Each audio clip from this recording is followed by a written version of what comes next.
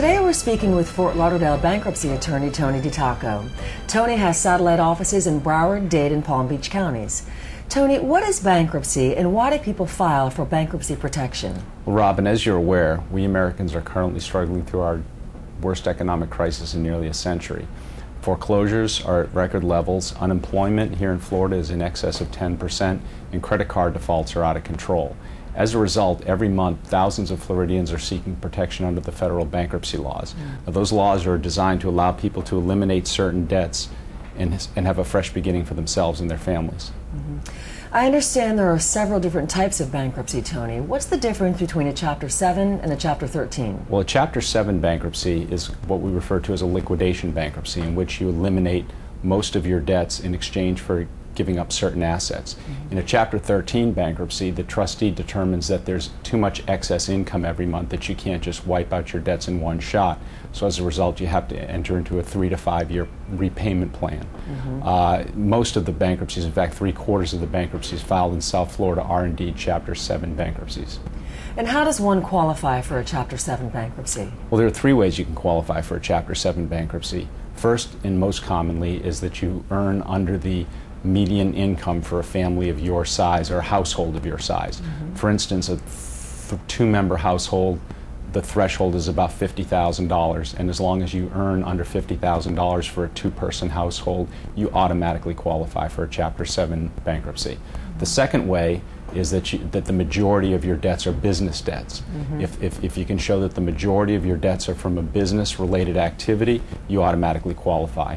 The third way you qualify for a Chapter 7 bankruptcy, if you earn more than the median income, is to take what we call a means test, in which we compare your necessary monthly living expenses against your monthly income and try to prove to the trustee that there's not enough excess income to enter into a Chapter 13 repayment plan.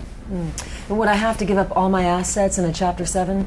No, on Florida law you have certain exemptions. The most common exemption under Florida law is the homestead exemption. If you own a home, it's protected from bankruptcy filing.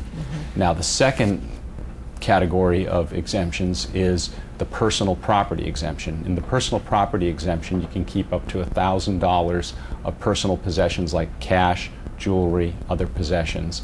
And if you either don't have a homestead or you choose not to take advantage of the homestead exemption, that $1,000 becomes $5,000. Thirdly, you get to keep $1,000 of net vehicle equity. Now, what net vehicle equity is the liquidation value of your vehicle less the amount owed on it. If that amount is less than $1,000, you can keep your car. You can also apply some of the personal property exemption against your automobile if you so choose to do so. Finally, retirement plans such as IRAs, pensions, 401k plans are all exempt from creditors under bankruptcy statutes. So what types of debt would be wiped out? Well, there are four major types of debt that are normally wiped out in in bankruptcy filings. First is credit card debt. Second is medical bills. Third is personal exposure from judgments either against you or against a company in which they have a personal judgment. And fourth and finally is exposure under your shortfall from repossessions of vehicles or from foreclosures on mortgages. So for instance, if you have a $100,000 mortgage on a property that's worth $80,000 and a foreclosure takes place, you would normally be on the hook or exposed for a $20,000 deficiency judgment. A bankruptcy filing will normally get rid of that exposure to the deficiency judgment. And what about those creditors? Will they ever stop calling? Yes. Once you file for bankruptcy protection, the trustee takes over and becomes the representative of your creditors. At that point, your creditors are required under federal law to stop calling. And if they do call, they're in violation of federal law. That's part of what we as attorneys do, is to protect you against any harassing calls from creditors once the bankruptcy is filed. What types of debts are not wiped out? Well, you have to understand, Robin, that in a bankruptcy filing, the idea is that you wipe out your unsecured debts. The other category of debts is your secured debts, such as your mortgage and car loans.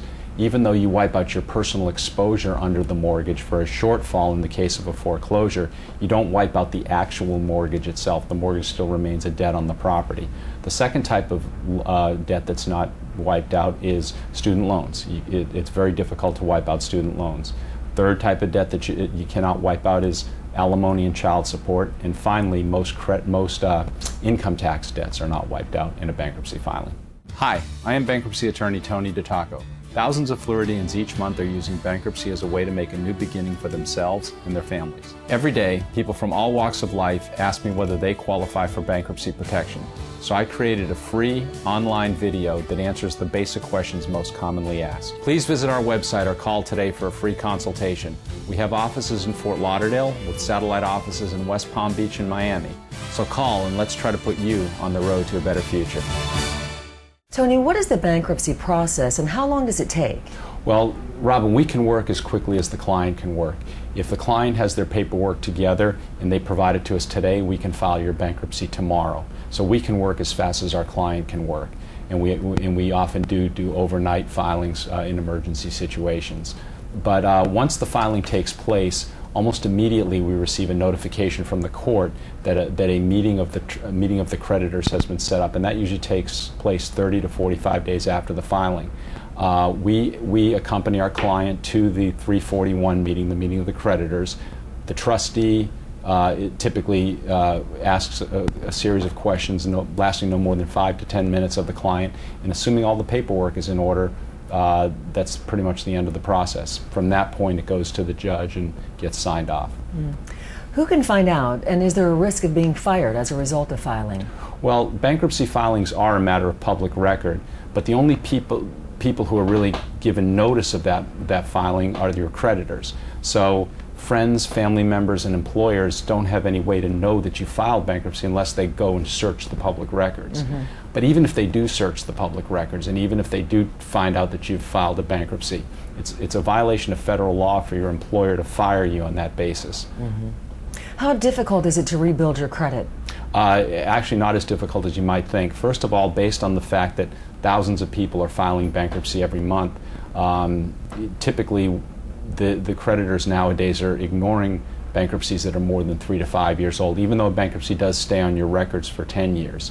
But what most of my clients find is that within 6 months after filing their bankruptcy, they're already receiving applications for new credit cards. Because keep in mind that once you file a Chapter 7 bankruptcy, you can't file again for another 8 years. So you're actually less of a credit risk than someone who hasn't filed bankruptcy.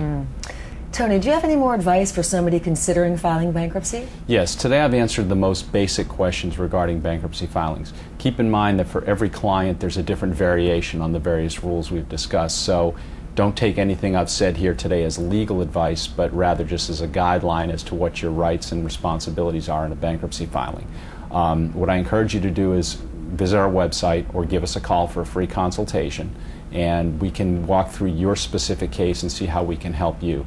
Now, we have offices located in Fort Lauderdale, Coral Gables, West Palm Beach, Aventura, Miramar, Plantation, and Boca Raton. So there's an office, I have an office close to wherever you are in South Florida.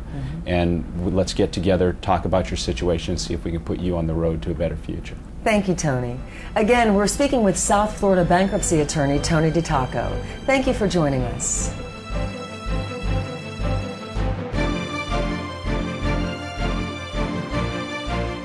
Hi, I am bankruptcy attorney Tony DiTocco. Thousands of Floridians each month are using bankruptcy as a way to make a new beginning for themselves and their families. Every day, people from all walks of life ask me whether they qualify for bankruptcy protection. So I created a free online video that answers the basic questions most commonly asked. Please visit our website or call today for a free consultation. We have offices in Fort Lauderdale with satellite offices in West Palm Beach and Miami. So call and let's try to put you on the road to a better future.